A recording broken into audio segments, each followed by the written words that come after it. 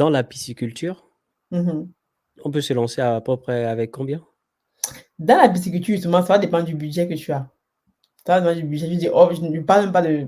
Bon, il faut au moment donné que tu te formes. Même si tu prends une formation, comme moi, j'ai pris à 500 euros, même si tu vas avoir un technicien sur place pour te former, il va te demander de l'argent. Mais déjà, ça va dépendre du budget que tu as parce que dans un premier temps, est-ce que tu veux faire la pisciculture hors sol? C'est la question qu'on me pose souvent. Daniel, comme, qu'est-ce que je me lance avec combien?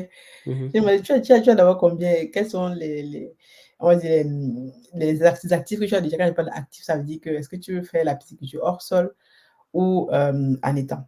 Sachant que hors sol, si tu as par exemple, tu peux faire hors sol, ça veut dire que tu as un terrain vague ou un entrepôt ou alors un hangar ou chez toi au pays, mais il faut que tu aies déjà peut-être un puits. Donc, il faut que tu prépares le les sous pour creuser un puits et pour voir s'il faut remonter de l'eau, quoi, tu vois? Il faut mettre une pompe, il te faut un groupe Mmh. électrogène. Nous, au pays, on coupe la lumière tout le temps. Donc il faut si tu utilises l'énergie, du pays, beh, sache que parce que quand tu te lances dans la pisciculture hors sol de façon, on va dire, production massive, il faut que tu aies les pompes qui tournent de façon continue pour, voilà, faire entrer l'eau des étangs, oxygéner l'eau, quoi, puisque en fait, les poissons sont dans un dans Mmh. un bac et ils mangent et c'est dans la même eau en fait, qu'ils font leurs besoins. Donc ça veut dire qu'il faut oxygéner l'eau tout le temps, tout le temps. C'est pour ça que moi j'ai choisi la pisciculture en étang. Parce en étang, j'ai pas besoin en fait, je travaille majoritairement où il y a près d'un cours d'eau.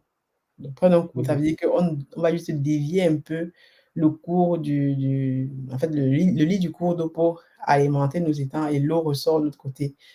Donc c'est pour ça que nous on travaille proche dans les marécages, je peux Donc je dire. comprends bien que investir dans la pisciculture est beaucoup plus, on va dire, va demander beaucoup plus d'argent Oui, ça peut que demander beaucoup. Je t'ai dit, nous, le projet au départ, comme je t'ai dit au départ, les investissements qu'on a fait, on était à aussi tout chiffré en un an, peut-être 50 000 € parce que déjà tu vas creuser. Bon, on va dire qu'on a aussi fait beaucoup d'erreurs, mais c'est vraiment, il te faut au minimum, j'ai dit aujourd'hui, si tu veux peut-être lancer un projet piscicole au pays, il te faut au moins 10 000 € pour être vraiment sécurisé. Ça veut dire que tu vas, bon, peut-être que tu n'as pas de terrain, tu vas peut-être louer un terrain.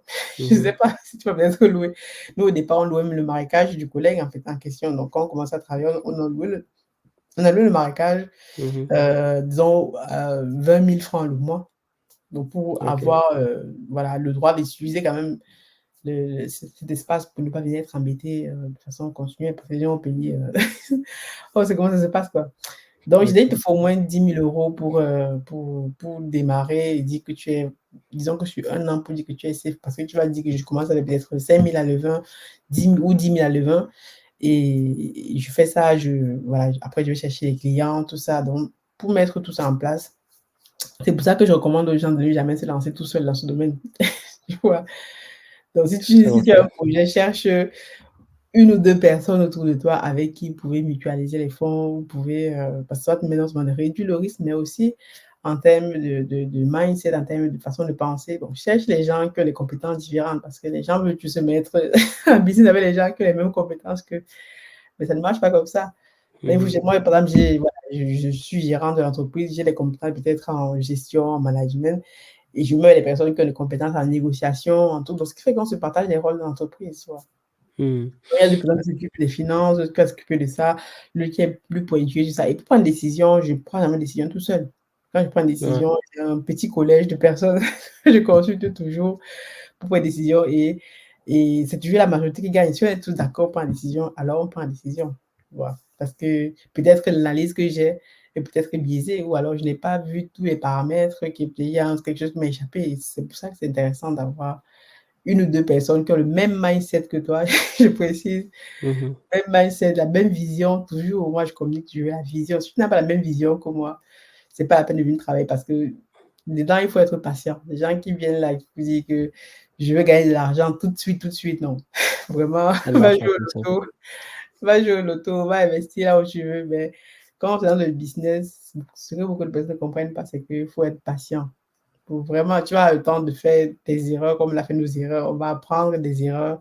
Et tout le monde qui est dans le business fait des erreurs. Il y a des gens qui lancent 3 4 entreprises et la 5e entreprise est rentable et c'est ça qui devient millionnaire, mais Et surtout, il faut pas abandonner.